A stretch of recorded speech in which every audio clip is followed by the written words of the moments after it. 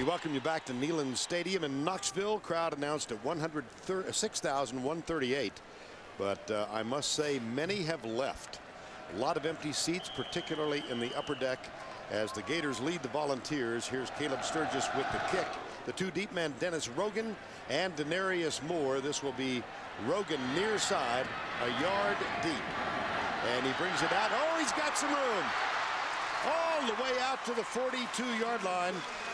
Joe Hayden with the tackle, a little bit of a spark to open the third quarter here for the Tennessee Volunteers, who, Gary, wasted so many opportunities. Yeah, if you're going to beat a good team, you have to at least have a chance to keep it a football game. You can't beat yourself. So, and that's what's been happening. You know, Joe Hayden makes a nice open tackle because Rogan goes wide. One more guy, he's going to score. So Rogan brings it out to the 43-yard line, first down. And here's the Lennon Creer opens at tailback. So Arian Foster and Montario Hardesty were the running backs in the first half, and Creer gets the first carry of this half. Halftime trends. Well, you see it, 3 turnovers. I mean, those are all points. I mean, Tennessee gets down there inside the 6-yard line twice. Once downs, 1 turnover.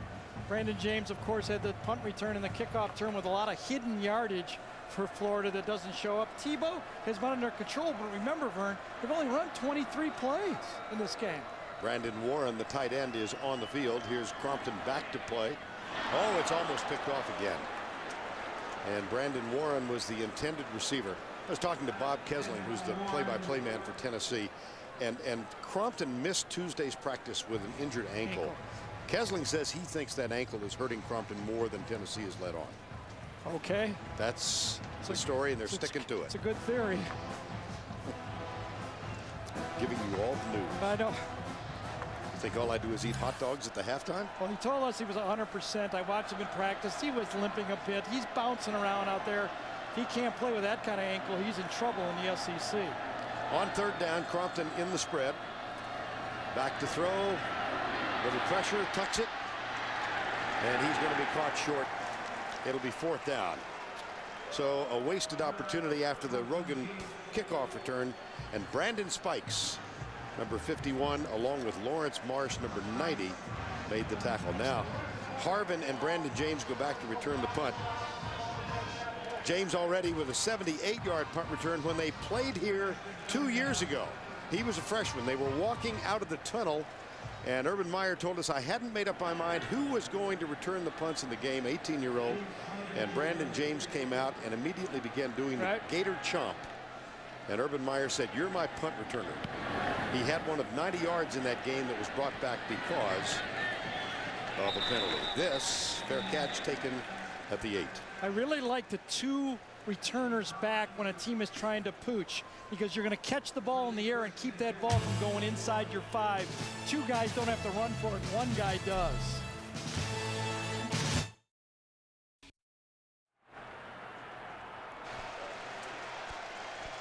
Florida first possession, third quarter, inside the 10. They're up 20-0. Punt return for a touchdown. Special teams have been very big in this game. Well, yeah, you know, coaches got to help their players too, though, Vern. And that last series, when the timeout was taken by Tennessee, not taking the 3 points, you know, you gotta put points on the board, I think. Tebow too high. Is that a lateral? No, it's an incomplete pass. Intended for Harvin.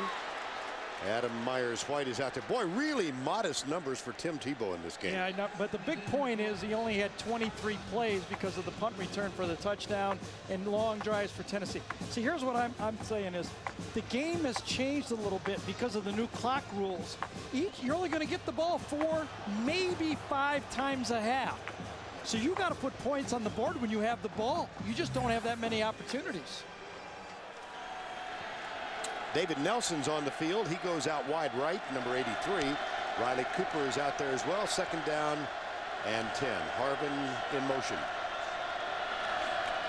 Tebow keeps to the 11, perhaps the 12-yard line. Wes Brown, number 94, makes the tackle. Well, it's time now to welcome the Duck. trivia question of the week. Tim Tebow, of course, won the Heisman last year. Archie Griffin, the only player to win back-to-back Heismans. Who else came closest? Interesting. Yeah. 3rd and 7 at the 12. Tennessee's defensive line urging the fans to get behind him now, make a stop on this 3rd down. Tebow heading to his right. Got him. Eric Berry, wasn't it? Eric Berry's the best tackler. Wow. 3 and out for Florida. And a little sign of life from the Tennessee defense. This was supposed to be a shuffle pass inside. It was taken away by Tennessee. The ball was supposed to go inside on the shuffle pass. Watch this. Tebow looks. There's nothing there, so he's forced to keep it. And Berry comes up, takes him low, and takes Tebow down. And I thought Tebow was a little ginger coming off the field there, to tell you the truth. Here's Chaz Henry, second in Division I football punting. Wow, and he booms this one. Gerald Jones at the 32. Gerald Jones down, and so is a flag. Chaz Henry with an average of 48 yards per punt. That one 57. It becomes his 7th punt of this young season in excess of 50 yards. And 15 more yards also tacked onto it.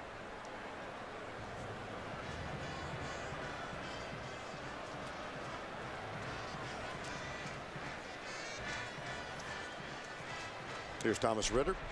During the return, illegal block in the back. Number 7 on the receiving team. 10-yard penalty. 1st down. Each team with 1 possession here in the 3rd quarter. But the big defensive play early on in the 3rd was Eric Berry's tackle of Tim Tebow. We'll be right back.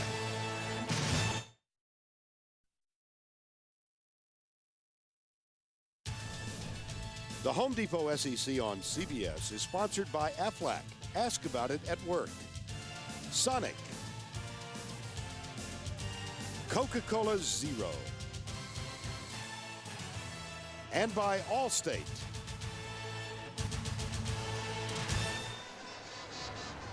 A nice view of downtown Knoxville here on a beautiful fall afternoon, and time permitting, the TIAA Craft College Football Today Show.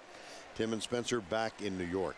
Vern Lundquist, Gary Danielson, Tracy Wolfson with you. The SEC on CBS. 1st and 10, Tennessee. 2nd possession, 2nd half. Arian Foster is the running back.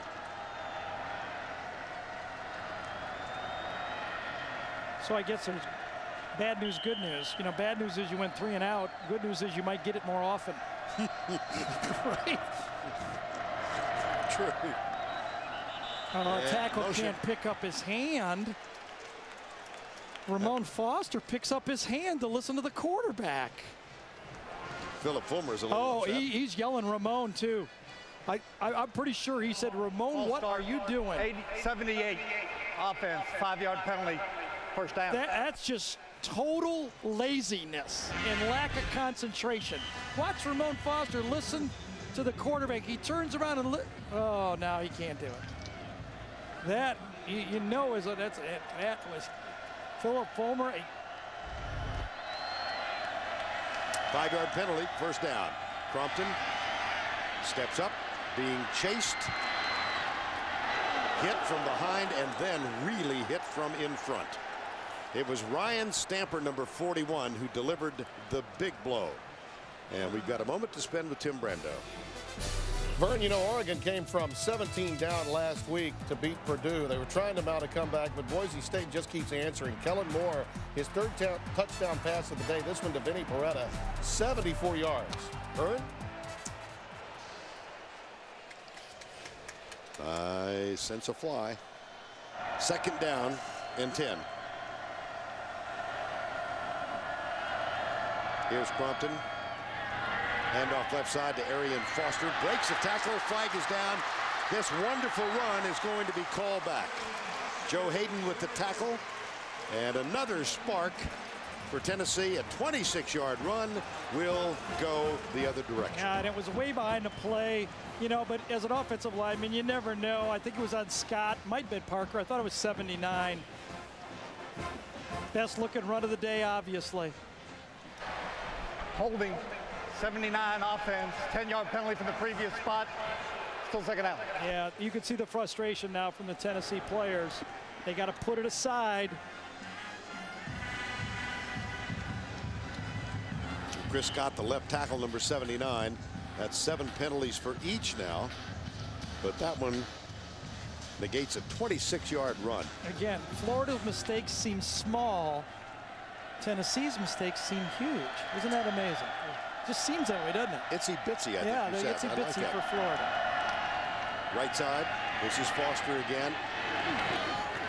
Within 500 yards, 488 beginning the game to become the all-time ground gainer in Tennessee history. Current leader is Travis Henry. Arian Foster, the senior, father lives in Tennessee. His mom in Albuquerque, recruited out of California years ago, and he's been a steady presence for this Tennessee team. 3rd and 17 yards. How do you like your options? Not good. Plus Peyton shows up real quick.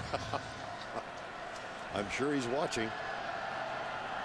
3rd and 17, Hardesty and Foster on either side of Jonathan Crompton. Florida, they back out. Crompton steps up. He's got a long way to run, and he's not going to get there. And here come the boos again. Carlos Dunlap makes the tackle here, number 8. Self-inflicted wounds, and that's what it looks like right now. It's what I saw kind of coming here.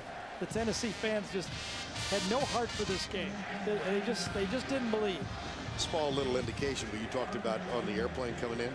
Last night we were at a very popular dining spot here in Knoxville, and a fervent fan tried to get the crowd going with the VOLS cheer. That's right. And nobody joined him.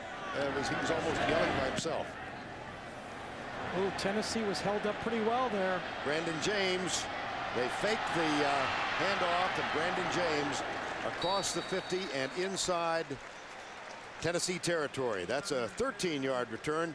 Brandon James is averaging for the year. He started with an average of 14 yards per punt. Nick Rouvet has made the tackle. Frustration etched on the face of Philip Fulmer.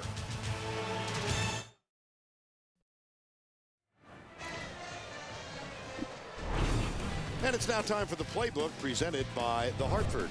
Well, Brandon James gets the touchdown, but watch Percy Harvin. Now, Harvin, he's a star, okay? But he's on special teams. He could take a play off. He does not take a play off. Now watch him. Sprints in front of him. Brandon James gets him. All of a sudden, number 1 comes back into it. There he is. And he's the last guy that gets in the way to cause that touchdown. So it would have been a nice return. He turns it into a touchdown return.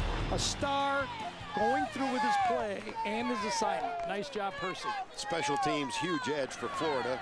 6th possession for the Gators now, and 3 of the 6 have started in Tennessee territory because of long returns. Here's Tebow coming left, fires it out. It's caught by Riley Cooper, who's wearing number 11 this year. He was number 86 last year. Cooper, the junior from Clearwater.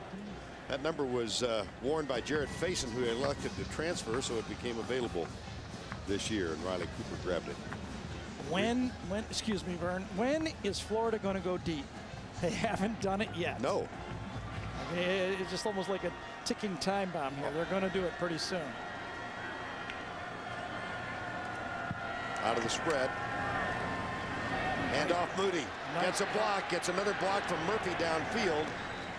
And he's picked up a first down. Eric Berry with the tackle, and D'Angelo Willingham, number 24, was second. This is the best cut I've seen from a Florida running back in 2 years. Watch Moody read it, jump to the outside, and make the play. That's what running backs have to do. It's not going to be pretty.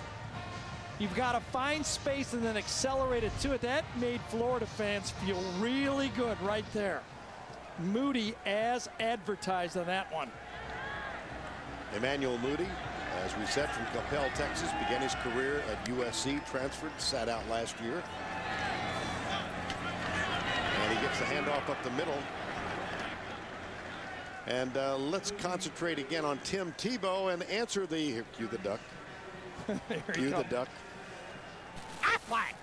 trivia question of the week. Archie Griffin, the only player to win back-to-back Heismans.